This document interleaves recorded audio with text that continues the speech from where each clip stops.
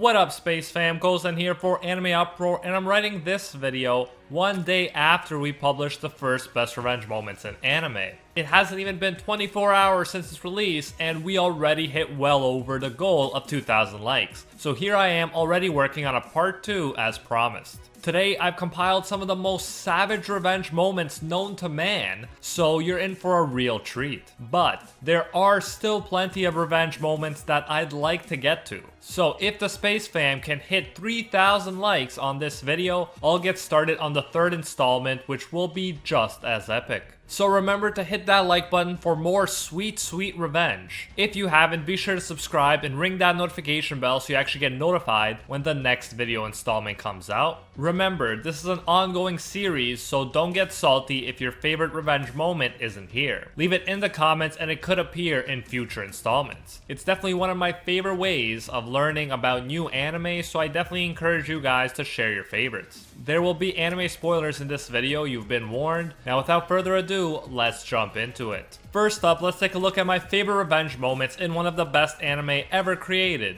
Let's take a closer look at Fullmetal Alchemist Brotherhood, and the fights between Roy and Lust and between Roy and Envy, although they're more like executions rather than fights. Like most revenge moments, they mean very little without context. It is precisely the moments outside of the act of revenge itself that gives the culminating moment so much impact. So let's set up the stakes and background motivations for Roy Mustang, the Flame Alchemist. There's a lot of reasons for Roy, as a state alchemist, to hate the homunculi, which are artificial superhuman creatures, each of which represent one of the 7 deadly sins. Aside from the fact that they kill innocent humans and are a threat to humanity in general, Roy has some very personal reasons for hating them. You see, Mustang's best friend inside and outside the military was Maze Hughes. May's uplifting personality is one of the lights shining through in an otherwise deeply corrupted dark world. While Roy can be pretty gloomy, Maze is a ball of positivity and support. He's always calling or stopping by to see Roy. He's always talking about how great his wife and daughter are. I don't think it's a stretch to say that he's one of the most likable characters in all of anime. So what happens to Roy's best friend, this likable family man? Well, he gets brutally murdered at the age of 29. Maze, always wanting to help his best friend Roy and others, found out too much about the corruption in the military, and one day Lust showed up to kill him. He got wounded but managed to escape from her thanks to some quick thinking on his part. He makes it to a payphone and tries to call his friend Mustang in order to tell him what he's discovered. Then Envy shows up pretending to be Lieutenant Maria Ross. Maze sees through this, but he's got a gun pointed at him. Envy can just shoot him, but he doesn't. He uses his shape-shifting powers to transform into Hughes' wife first, so that Hughes cannot bring himself to hurt him. Then, as he promised, Envy plays out Hughes' worst nightmare. He makes it look like his own wife shot him. He didn't just kill him. Envy mentally tortured Hughes, a nice family man, and ended his life in the worst way possible, by using the image of his loving wife in order to kill him.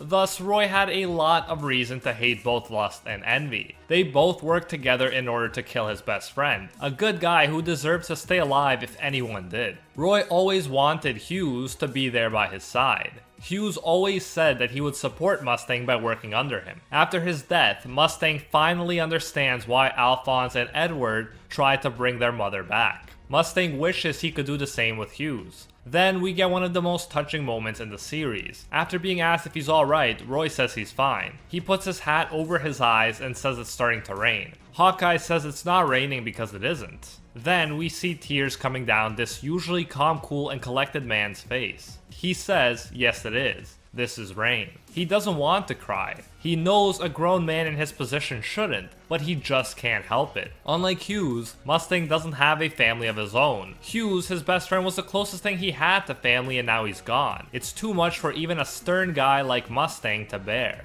He decides that he must avenge Hughes by finding his killers and making them pay no matter what. So let's fast forward now to the moments of revenge. We start with Lust.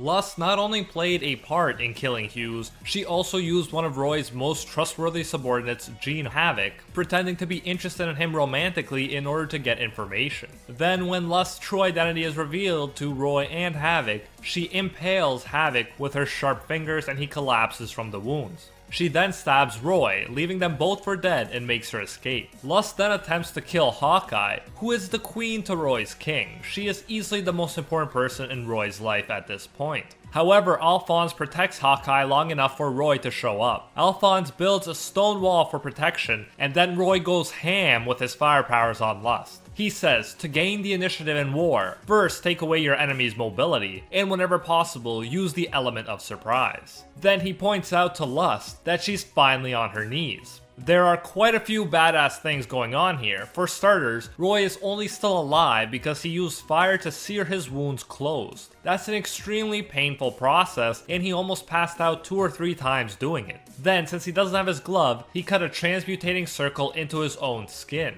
He keeps firing off his flame attacks unrelentingly. This is one of the most savage moments in all of anime. Roy keeps going and says he'll keep killing her until she stays dead. All of a sudden, near immortality has become a curse, because it allows Roy to torture Lust over and over again.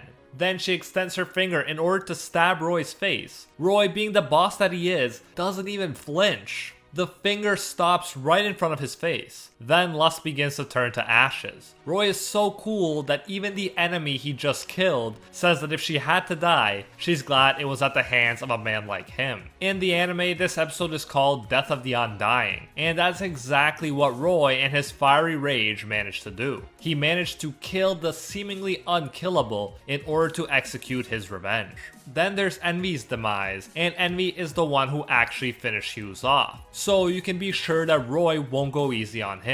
There's a reason that chapter 94 of the manga and episode 53 of Brotherhood are called the Flames of Vengeance. It's because the Flame Alchemist finally gets to the person who cruelly took away Hughes from this world and all of the people in it. In the manga, this revenge moment was built up over almost 80 chapters, so you can bet it's gonna be rewarding. After hunting for Hughes' killer throughout the series, Roy finally comes face to face with him. He tells Scar and Al that Envy is his prey, and he tells Hawkeye to stay back. He starts launching his onslaught of flames. He tells Envy to hurry up and heal, so that he can make him suffer excruciating pain again and again until he stays dead. Envy, however, escapes, and Roy goes chasing after him. Then, Envy does the worst possible thing he could do. He pours salt on the wound by shape-shifting into Hughes to get to Roy. However, Roy is not as easily affected by this ploy as Hughes was. Roy, without hesitating, attacks this creature who looks like his best friend. As he says, the mockery doesn't help Envy, it just adds oil to Roy's fire of revenge.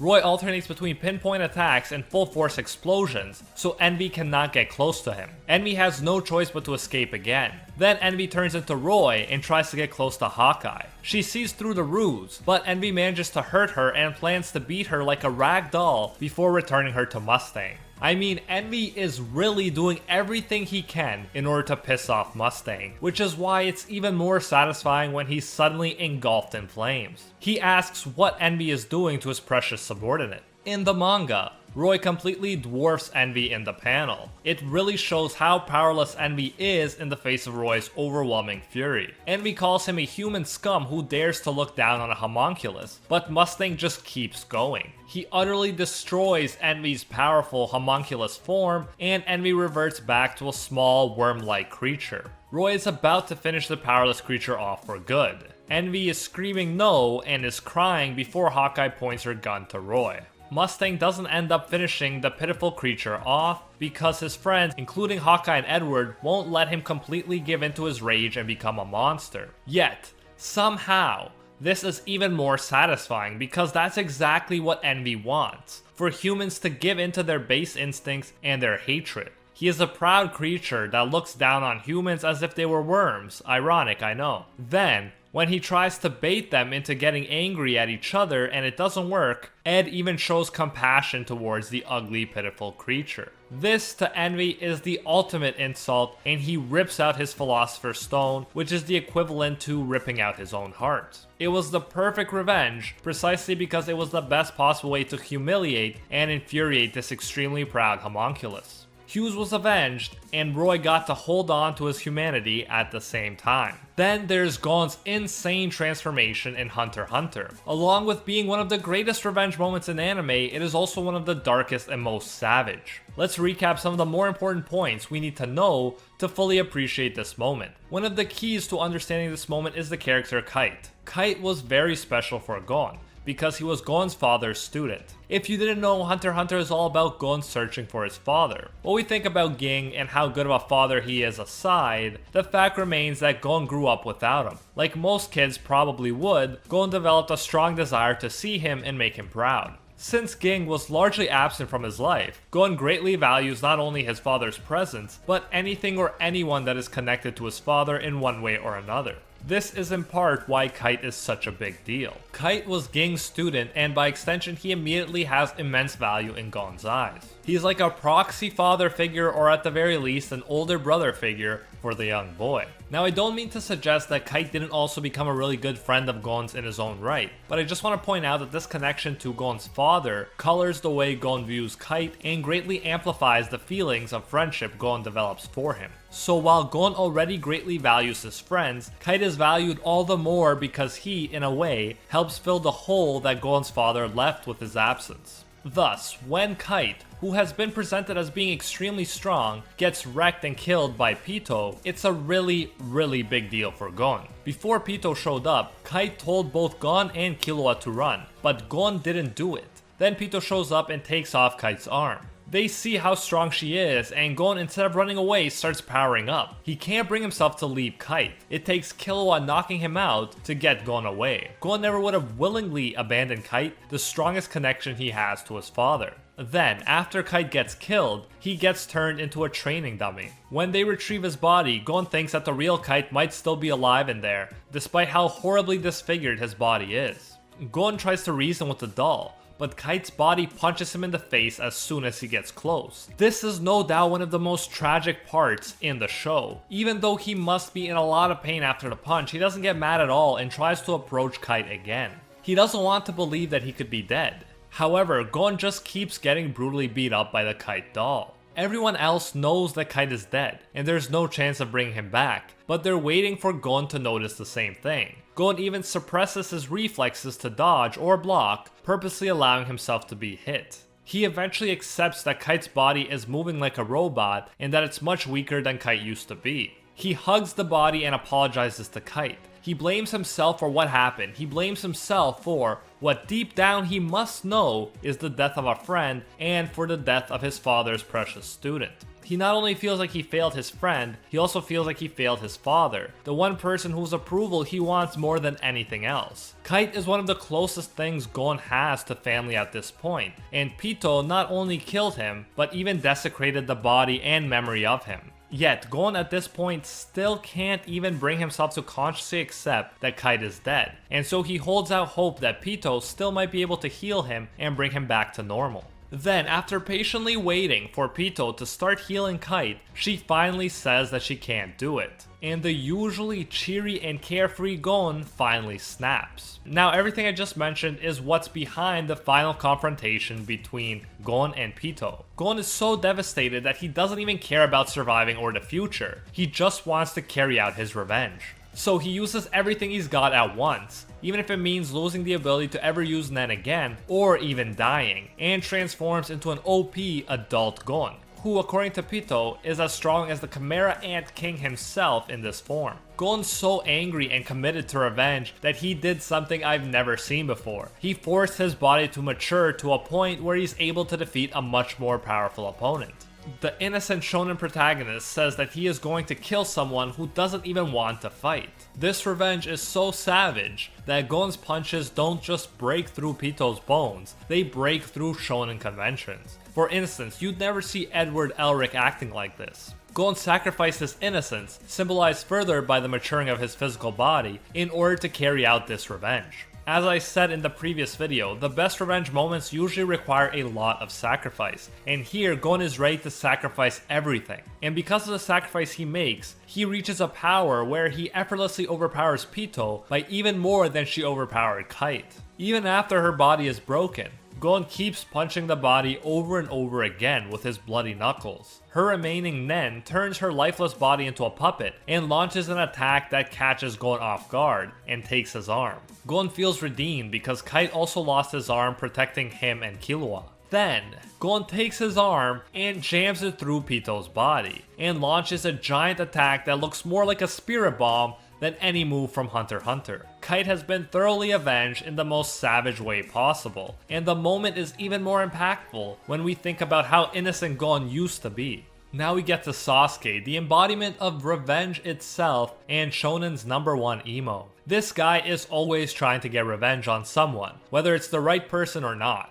However, one revenge moment sticks out as being especially satisfying. As we know from the beginning of the series, Sasuke wanted to get revenge on his brother for killing his entire clan. However, after he finally succeeds in doing it, he finds out that he was mistaken the whole time. Sasuke's brother Itachi was arguably the hero in this situation, who the Hidden Leaf village used to get rid of the Uchiha clan, who posed an imminent threat to the entire village. Knowing that the Uchiha clan was planning to threaten the well-being of the Hidden Leaf village, Itachi decided to wipe out his entire clan and become the most hated villain of the village in order to save that very village, and most importantly, his little brother Sasuke. Despite how he did it all to protect his little brother, Sasuke devoted his life to killing him, and eventually he did kill him because Itachi planned for that to happen all along. He never wanted Sasuke to find out the truth. He wanted Sasuke to be the hero who killed the villain of the Hidden Leaf village. However, Sasuke does find out what happened, and he is understandably even more upset because he was tricked into killing the person who loved him the most in the entire world, while the people who were the most guilty, namely the higher-ups in the Hidden Leaf village,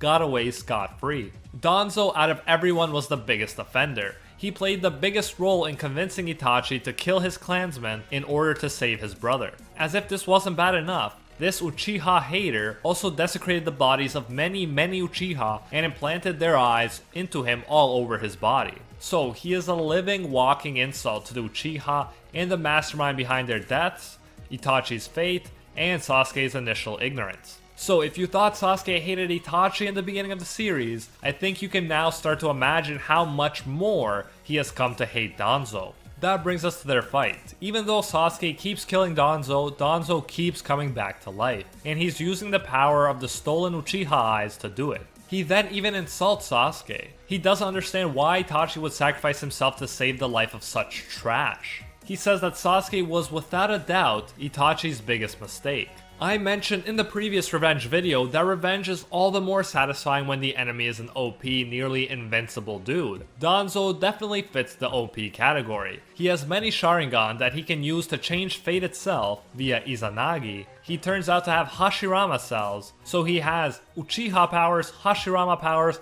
and he was just a strong fighter to begin with, even before all of these significant upgrades. Thus, the criteria for a truly epic revenge moment has been met. Sasuke just needs to find a way to defeat him. But for a moment, it seems like Sasuke lost. The idea is that as long as Danzo has Sharingans left to use Izanagi, even a mutual hit will result in Danzo's win, because he can undo anything disadvantageous to himself while not erasing his own attacks. So when the two are about to hit each other, Danzo thinks he won because he still has one eye left. It seems like he got the win, and just when Sasuke's revenge seems out of reach, it is revealed that Sasuke was a step ahead of him and used an illusion, aka Genjutsu, to trick Danzo into thinking he had one more eye on his arm, when in fact he actually did not. So, the attack penetrating Danzo's body is not undone by the Izanagi. Karen lets Sasuke bite her to help him recover from some of his damage. It's weird, I know, but the point is, she really cares about Sasuke and is always there to help him.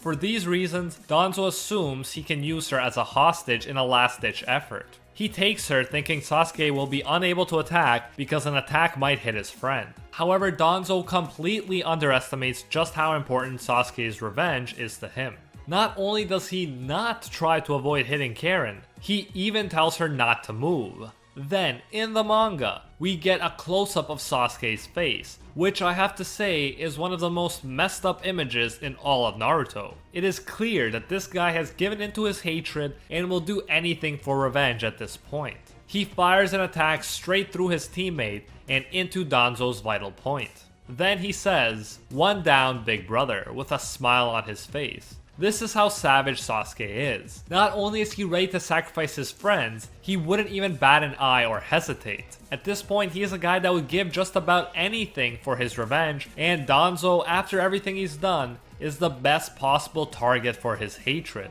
Lastly, Danzo is dying. A collateral damage ceiling jutsu gets released from his body that drags anyone in the vicinity into his body, trapping them inside. However, Sasuke escapes in time. His fellow Uchiha, currently going by the name Madara, says, and I quote, "That was close." In contrast, Sasuke doesn't even give almost being sealed for eternity a second thought. He just says, "Now onward to Konoha," aka the Hidden Leaf Village. This is why Sasuke is like the perfect Avenger. Even though he just took revenge on arguably the worst enemy ever of the Uchiha, and he's extremely injured, he wants to immediately move on to the next stage of his revenge. That's all he can think about. Although you can say a lot of bad stuff about Sasuke, his commitment to revenge is definitely one of the most interesting parts of Naruto, at least for me. And that is it for the best revenge moments in anime 2, which I tried to fill with some of the most savage revenge moments ever. Obviously, there are many more epic revenge moments that I have yet to break down, so if you want to see more, make sure to smash that like button. If we get 3,000 likes, I'll make a part 3. If you haven't, be sure to subscribe and ring that notification bell so you actually get notified when new videos drop. For more anime greatness, follow us on Twitter and Instagram